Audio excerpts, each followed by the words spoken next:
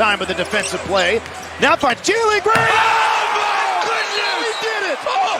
Jazz, the Jazz turn it. Oh! Cam Whitmore. Şengün goes coast to coast. Oh! Here's Williams. Here comes both teams. Here comes Rocket Security. And we got a score. RedNationBlogga back with another video, guys. For the new year, I hope you guys enjoyed that intro. I hope you guys rocking with it. I will be making improvements when the need to improve comes along, or I feel like it's getting a little stale, or I want to switch things up. But this year, I want to bring y'all something different. I want to bring y'all something new. Try to be as innovative as I possibly can be. I have this segment that I'm working on. It's going to be called The Good, The Bad, and The Downright Ugly. And the downright ugly, sometimes it'll be about a Houston Rocket or the team, and sometimes it might be about the other opposing team. You never know. So just stay tuned for that. Stay locked in. And thank you guys for being here as of January 2nd, 2025. The Houston Rockets beat the Dallas Mavericks 110-99. This was a pretty good game. The Rockets offense early on looked like it was going to be a repeat of what happened in Minnesota and a repeat of what happened in Miami, but this time in the first half. And all of a sudden, a switch just flipped with the Rockets, and they went on this crazy run. At one point, I think they went like on a 19-4 or 21-4 run or something like that to overtake the lead because they were down 10, 40-30. And from that point on, Houston pretty much controlled the game all throughout. And I was watching the game on playback with Will, with Brad. Shout out to them. DJ as well, some other guys. I was watching the game, and we were talking about how the offense was looking stale and how it just wasn't looking good. And it was a repeat of what we had already saw, only for them to just like hit the switch. It just seemed like Houston said no more.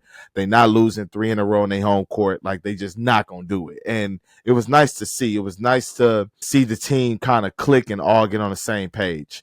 The good I'm going to give to multiple players. Alperen Şengün, 23 points, 6 rebounds, 4 assists, 5 steals, 9 of 16 from the field. He started off this game 0-4. So for him to be 9 of 16 from the field and finish like that, very, very impressive.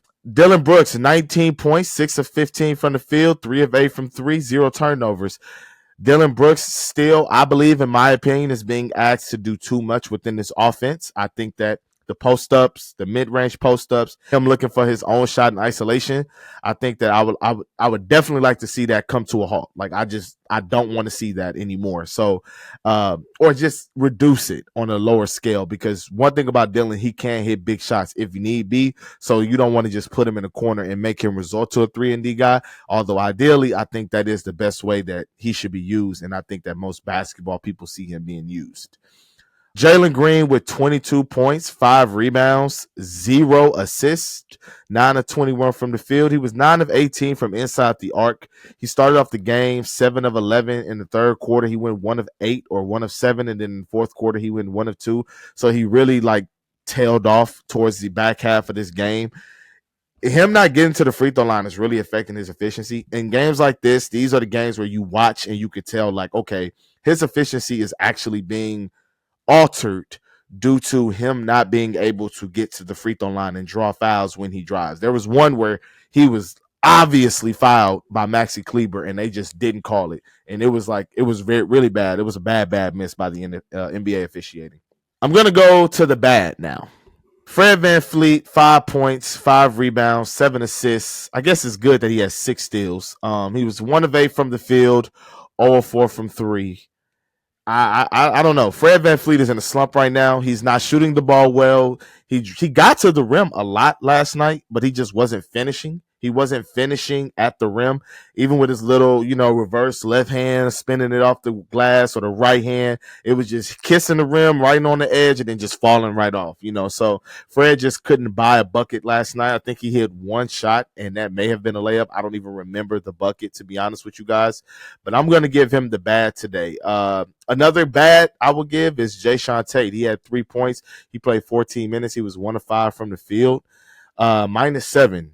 Jae'Sean Tate had a dime pass to him by Alperen Sengun. He just blew it completely. And that's the thing about that I was saying about Jae'Sean Tate with his depth. You want to play him sporadically. You don't want to depend on him. And that's what the Rockets were doing last year when Tari Eason was out. And Tari Eason has missed 7 straight games.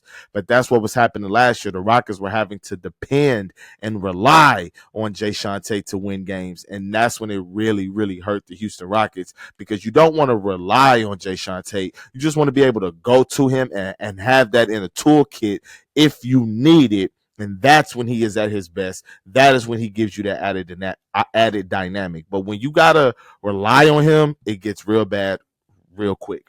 The downright ugly. Now, Cam Whitmore, if we're talking about the game, he was phenomenal. He's better than the good. He's probably the great. But the downright ugly has to go to Cam Whitmore. 18 points, 7 and 9 from the field, 3 or 4 from 3. I know guys probably like, what are you talking about? How could he be downright ugly with that stat line? It was really because of the quote that he had after the game, which was this one. How did it feel just to get consistent minutes there in that second quarter, but also in that fourth quarter to close the game? I don't think it was consistent minutes. I really don't know or think that. I contribute a little bit, but it doesn't really affect anything. It doesn't really can't get me nowhere. But we'll see what happens. But just glad we got the win. You don't feel good about how you played tonight? I do, but it's nothing. It doesn't mean anything. Is it kind of just a weird spot with where you're at right now? No, not a weird spot. I just don't know. Just don't know what's going on. I just have a lot of question marks for myself. In what way? No other way. It's just I don't know what's going on. I don't know what the the deal with me is, but yeah, I just don't know. I don't know. Did you feel like coming in the second quarter that you need? Now, for me with Cam Whitmore is really, really talented. When you have a guy that's this talented and he's coming off of your bench, a guy that was projected to go in the top 6, top 7 of the lottery, and he falls to 20, you already have a guy that's more talented than where he got drafted. But the problem with Cam Whitmore, there was a stat somebody put up. I forgot. It might have been James Piercy or something like that. If I got your name wrong, I apologize. Per 75 possessions, Cam Whitmore is only dishing out about 1.5 assists per 75 possessions.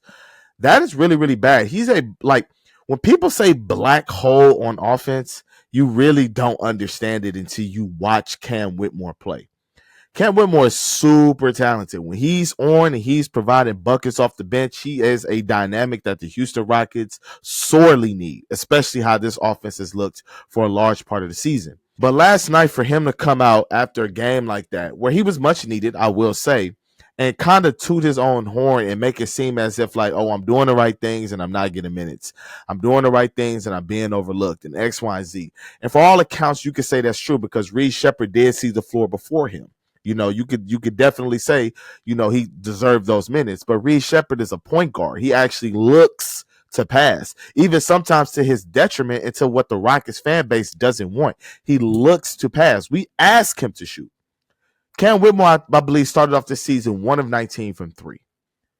Before he got sent down to the G League, had to tweak his game, regain his confidence, and got brought back up when the team needs him. Now that Amen Thompson is suspended, now that Tari Eason has missed his last 7 games, he's been brought up.